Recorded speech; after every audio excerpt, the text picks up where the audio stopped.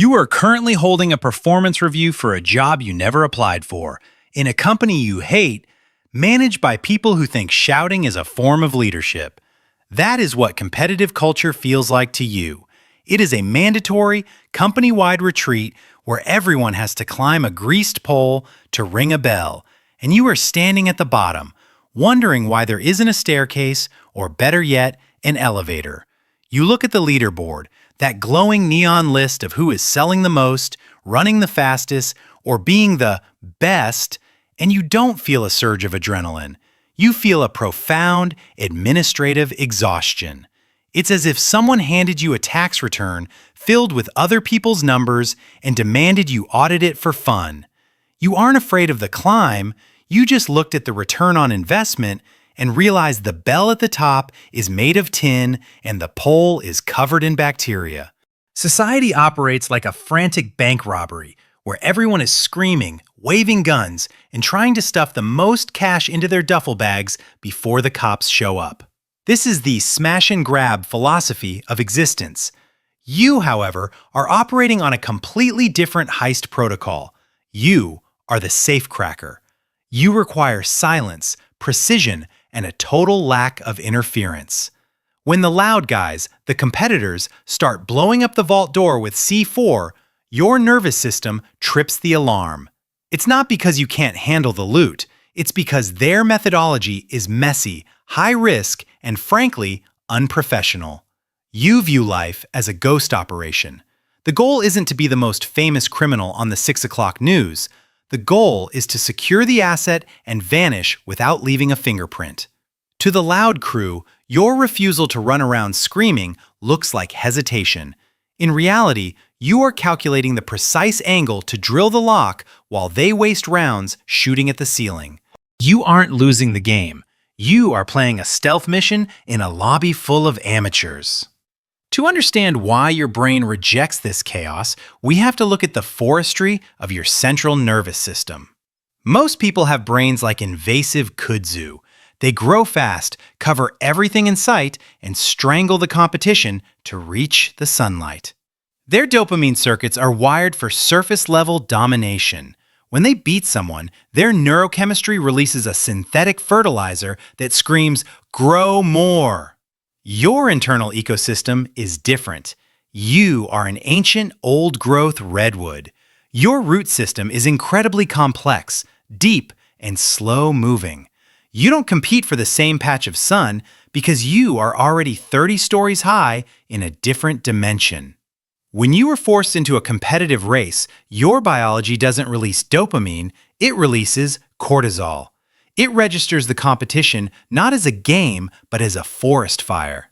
Your system detects a threat to the mycelial network, that intricate, invisible web of connections and deep thoughts you've spent years cultivating. The scorching heat of me against you dries up the soil your creativity needs to survive. You aren't uncompetitive in the sense that you can't grow. You are uncompetitive because you are a canopy species being forced to act like a weed. If we look at the evolutionary ledger, this refusal to engage in the rat race is not a liability. It is a critical asset management strategy. Back in the tribal days, if every single human was a hyper-competitive alpha obsessed with being the CEO of the cave, the tribe would have liquidated itself within a quarter. Too much internal competition creates a hostile takeover environment where resources are wasted on infighting rather than survival. Evolution needed a risk management department. It needed the economic auditors. That's you. While the hunters were out there betting the tribe's entire winter savings on a high-stakes mammoth hunt, you were back at base camp, ensuring the fire didn't go out and the grain reserves weren't rotting. You were the hedge against total systemic collapse. Your lack of desire to dominate your neighbor was the glue that kept the social infrastructure from filing for bankruptcy. You possess a cooperative efficiency gene. You instinctively understand that collaboration yields a higher net profit than conflict.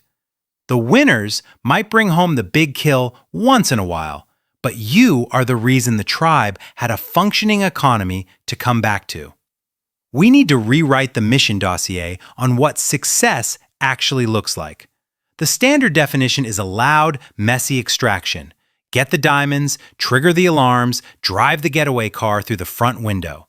This is the zero-sum game. If I win, you lose.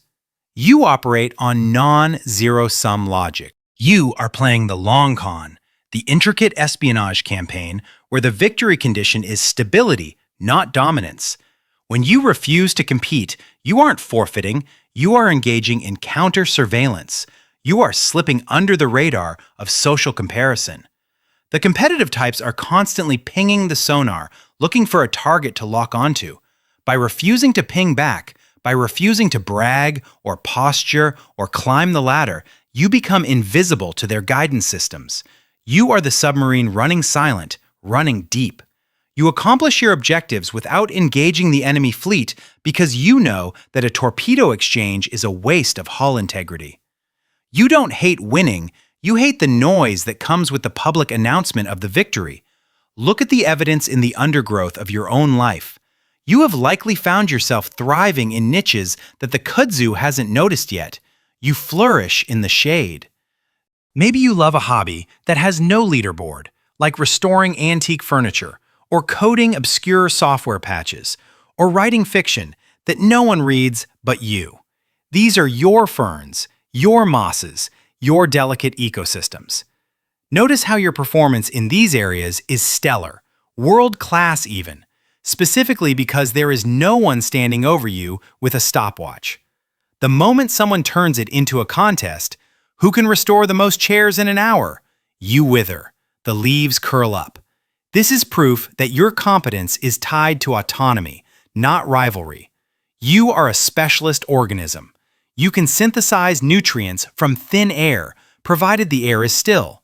Your failure to compete in the noisy, bright meadow of society is actually a successful adaptation to the deep, quiet woods where the real substantial growth happens. You are engineered for depth, and depth requires stillness, not speed. It is time to close the audit on your self-worth. You have been carrying a massive amount of social overhead on your balance sheet. Debts of guilt for not being aggressive enough, penalties for not wanting to crush your enemies. I am authorizing a complete write-off of these liabilities. You are hereby declaring moral bankruptcy on the concept of competition. You are shredding the scorecard. You do not have to drive up the stock price of your personality to please shareholders you didn't invite. Your value is a fixed asset, sitting in a vault that no one else has the combination to. Stop trying to trade your peace of mind on the open market. Withdraw from the exchange. Let them shout and panic and ring their tin bells. You have work to do in the silence, and the returns are going to be exponential.